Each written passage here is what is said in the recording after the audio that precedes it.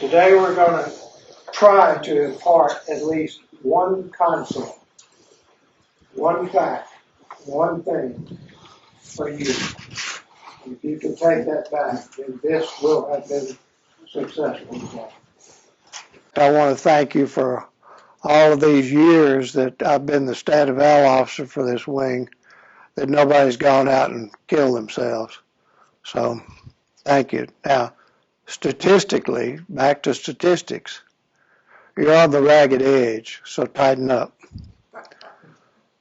Okay, from the above statistics, this is the why we have flight clinics and why you should devote your time to self-study and review as long as you fly. Because you remember, we never learn it all. Can flying be a risky business? Yeah, you bet your sweet ass. And we hear a lot about terms of risk management. Risk management to me is simply common sense that some of us don't use all the time.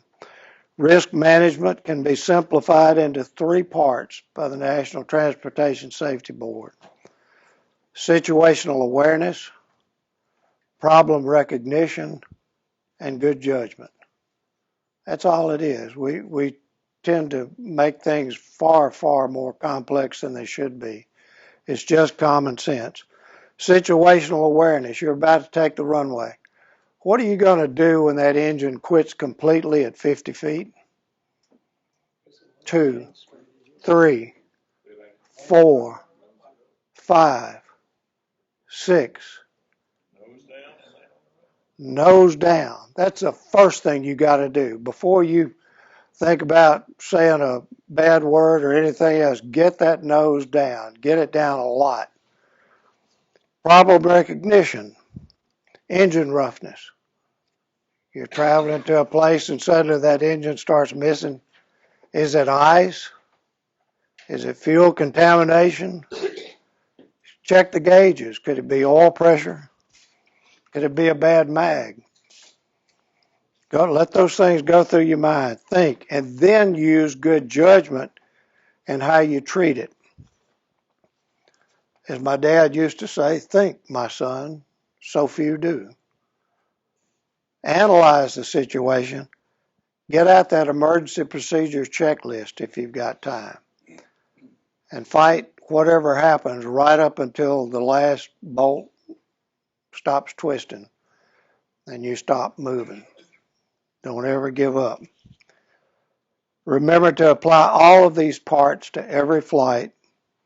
That's man, machine, and environment.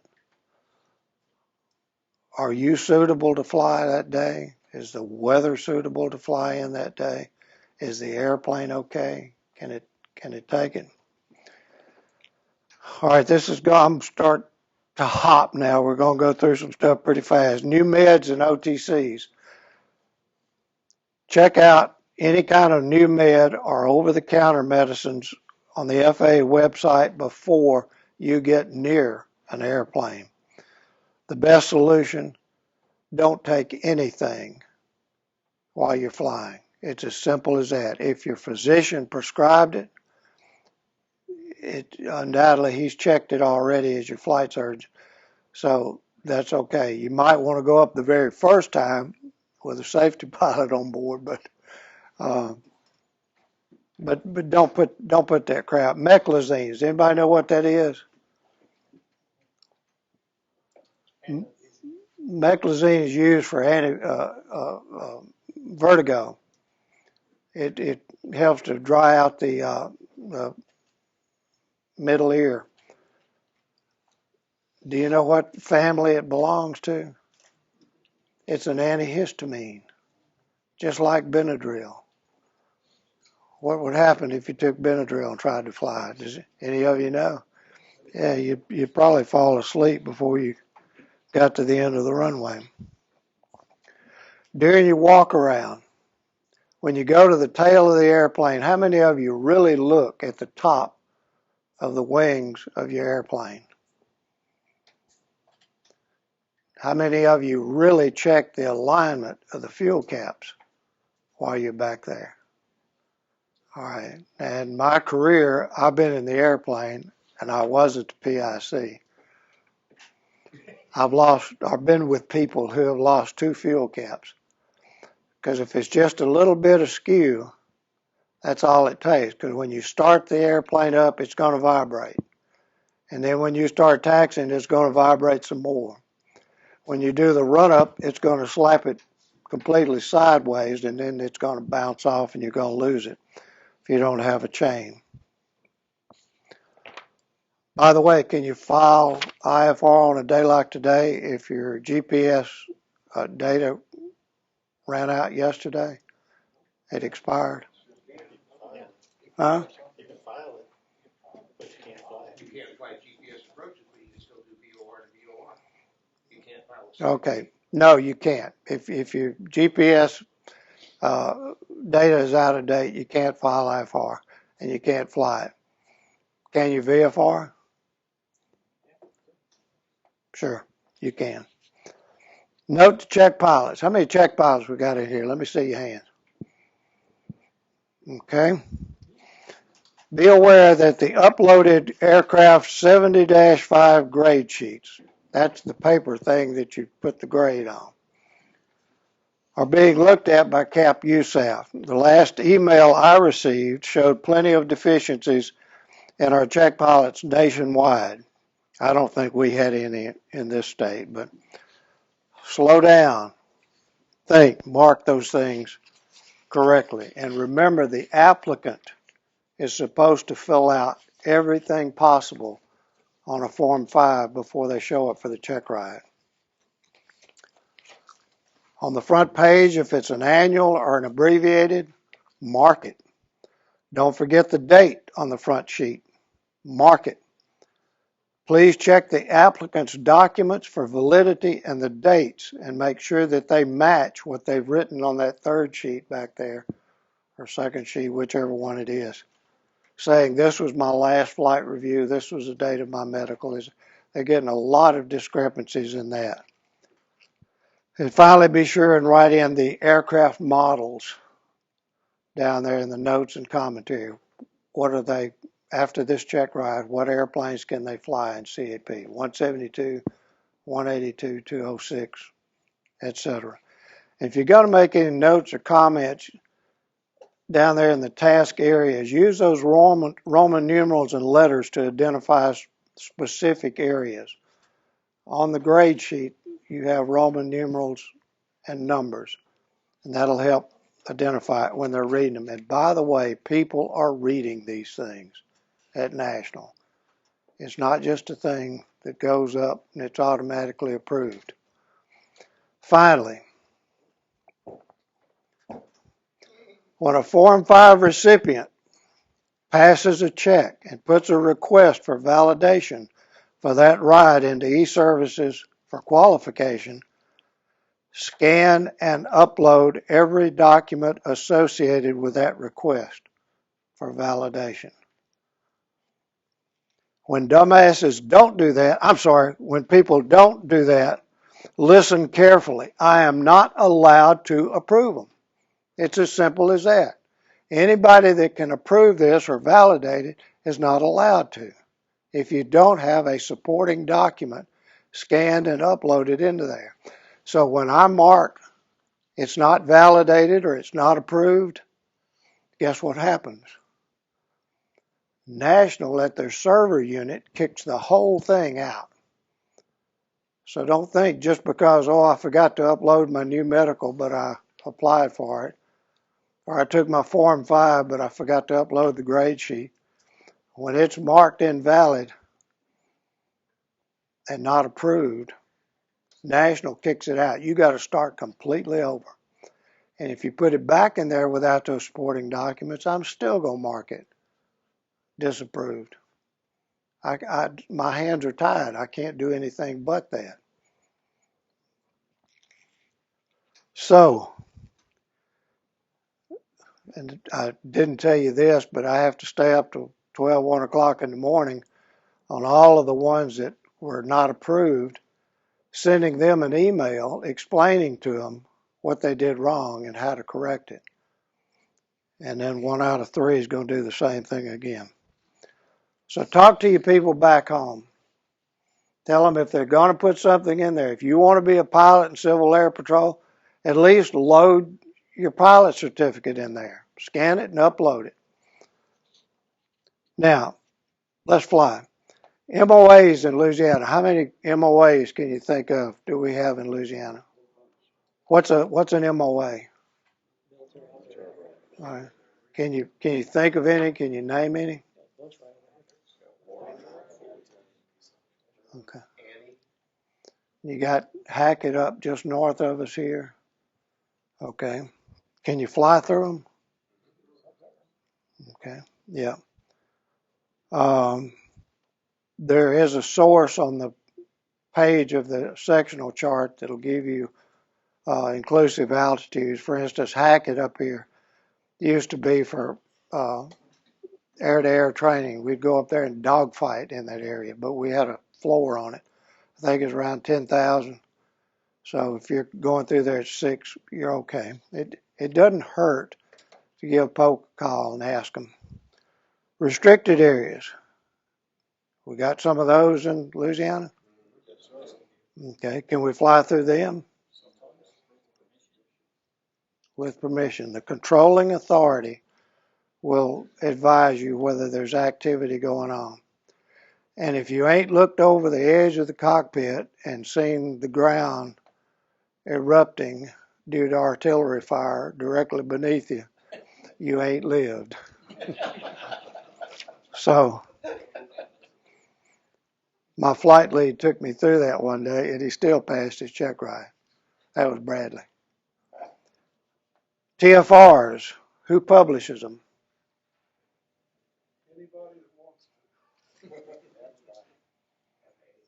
The FAA publishes all TFRs. And how do they let us know about them? NOTAMs. FAA, NOTAMs, TFR.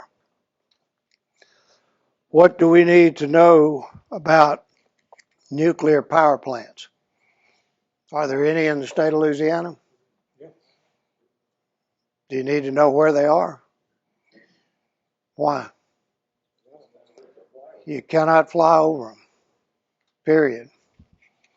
So that is considered some kind of a national security thing. It's not called a true prohibited. They name them something else. But if you know where they are, give them plenty of avoidance. Prohibited areas, when can you fly through them? You can't. Prohibited, you can't, unless it's an emergency. And if it's an emergency, I can do anything I want to do. What are the magic words for a VFR pilot entering Class B airspace? Cleared? Cleared to enter Bravo. That's right. Class C, what are the magic words for a VFR pilot entering? Tail number. The approach or whoever you're talking to has got to use your tail number. Then you're cleared in. Class D, just be in radio contact with the tower. What does a segmented circle around a non-towered airport mean on a sectional chart? Controlled airspace goes down to the surface. Class E to surface. By the way, Class G airspace, that we knew and loved so well years and years ago, is down to 1,200 feet AGL throughout the continental United States now. That's a newbie. Terses. What's a tersa? Okay. Do we have to treat them as Class C airspace?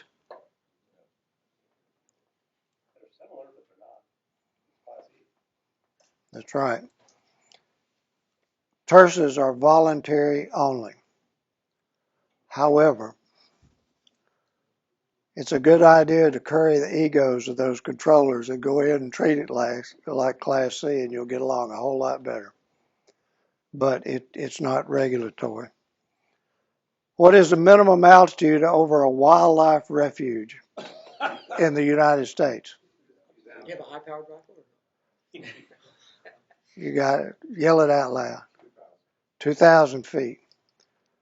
Now, the reason I brought that up is they've got one out in Southern California now that if you fly through that thing at 1900, they can fine you up to $100,000 for that offense. So think about that. Is the Airman's Information Manual regulatory? In what circumstance could it become regulatory? What can you think that might make it regulatory? Unless a regulation is incorporated in the AIM verbiage, then it becomes regulatory. So if they go along and telling you this stuff and they refer to FAR so-and-so, so, then it becomes regulatory. Okay, I'm going to hand these out. If you guys can give me a hand here. I don't know if we're going to have enough, but if you can't, there's a copy machine in the building. Go ahead and make copies of them.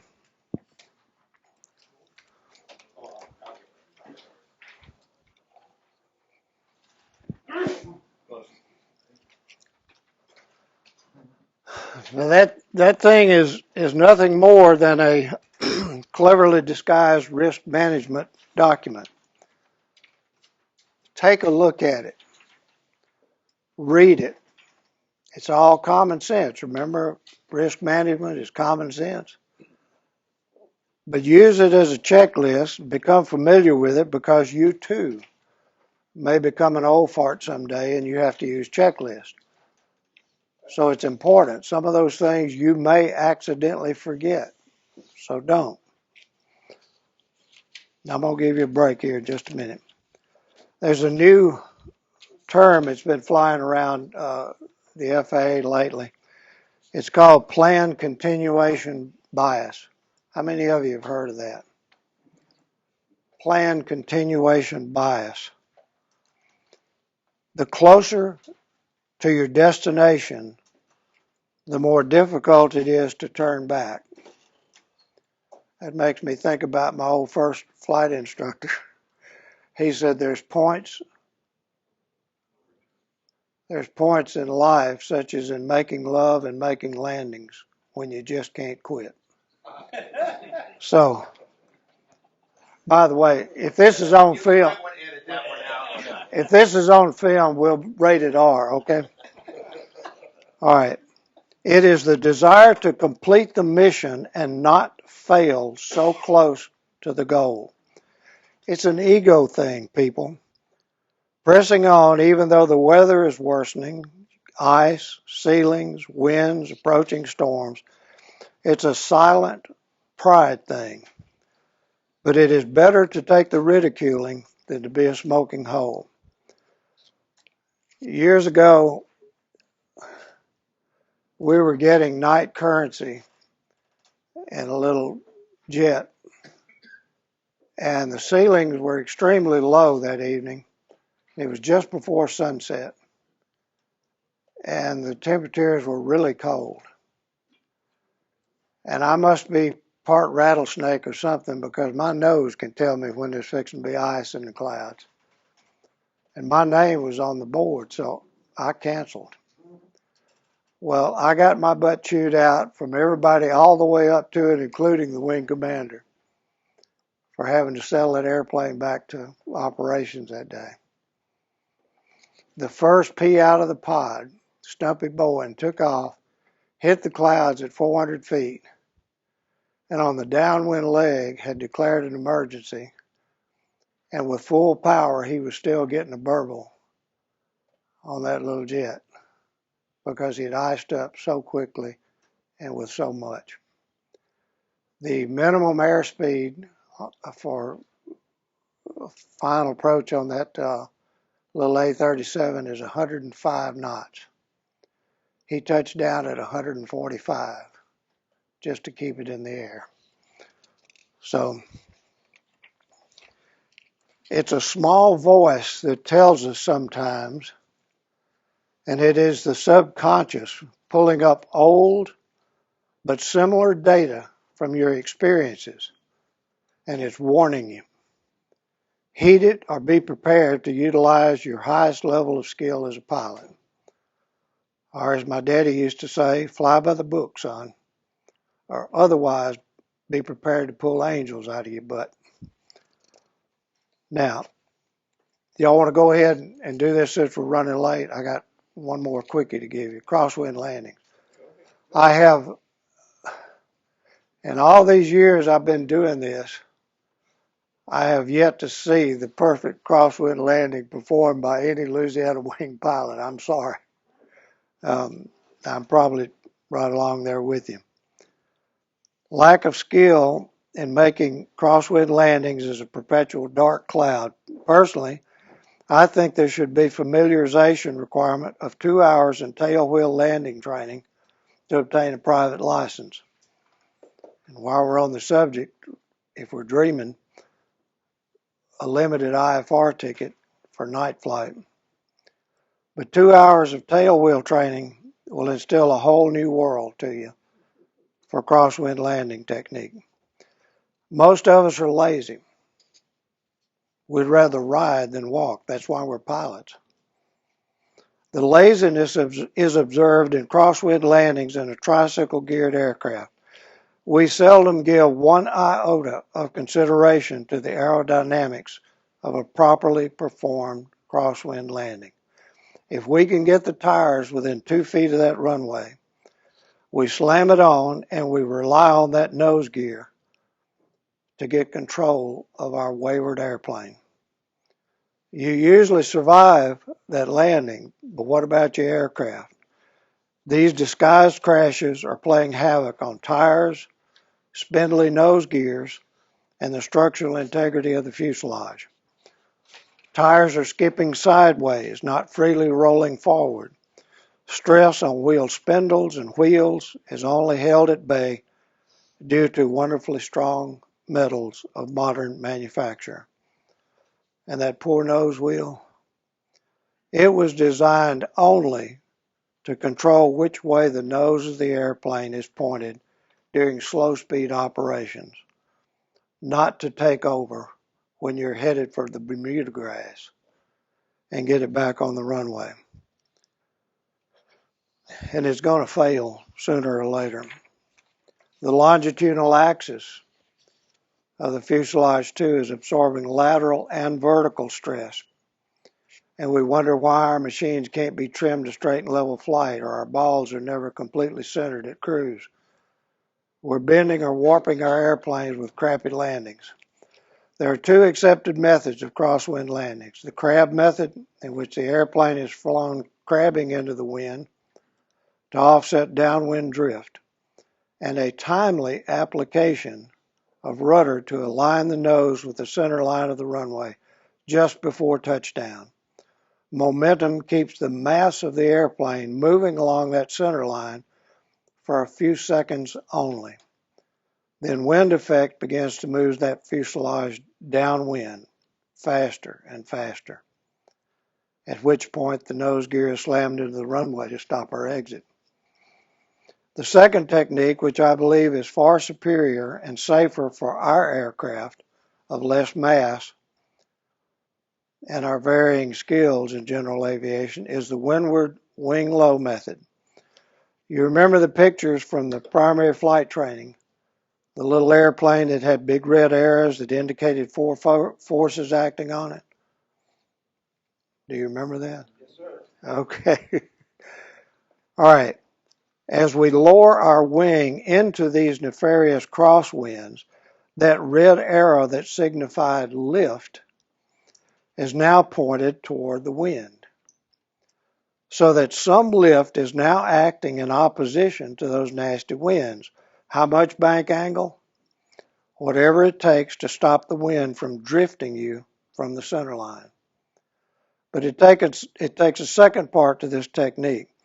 Banking and weather vaning into the wind will put us back into that cursed crab maneuver, and we are destined to touch down sideways again, putting side loads on the main wheels. So we have to apply some of that pilot stuff. We have to do two things at once. Apply just enough opposite rudder, opposite your downwind wing, to keep the fuselage aligned with the runway center line. But wait, oh dear, if my wing is low, I will not touch down on both main gears. And that shall surely make the skies fall.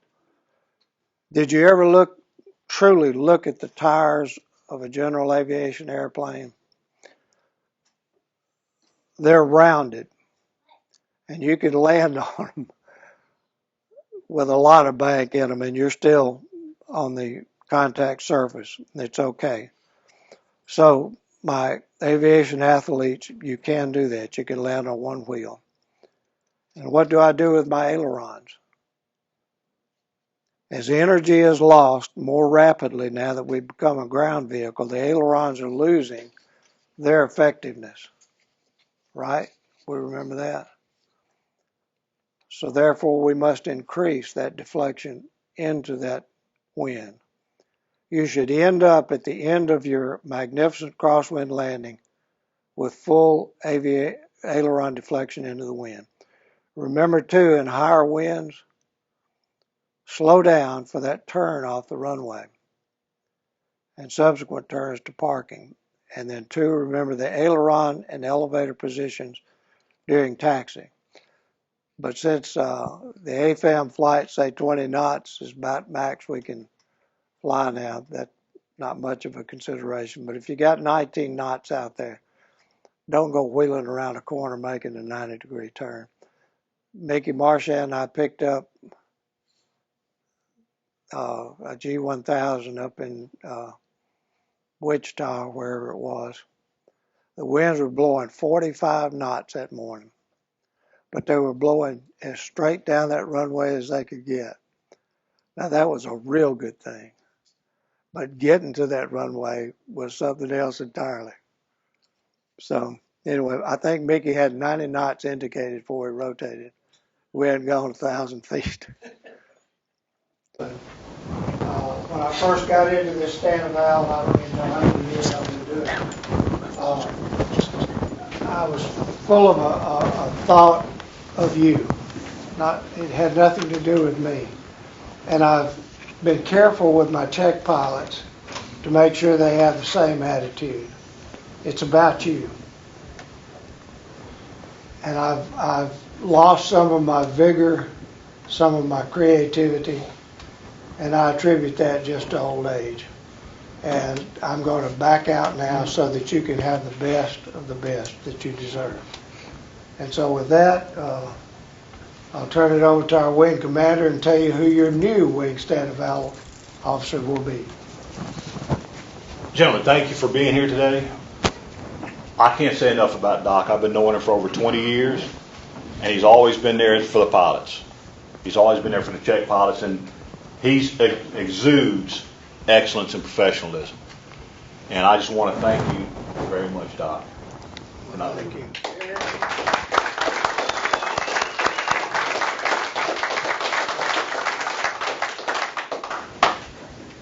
With that in mind, Doc has found his own replacement, and our new standing valve pilot will be, and director, Scotty Burge.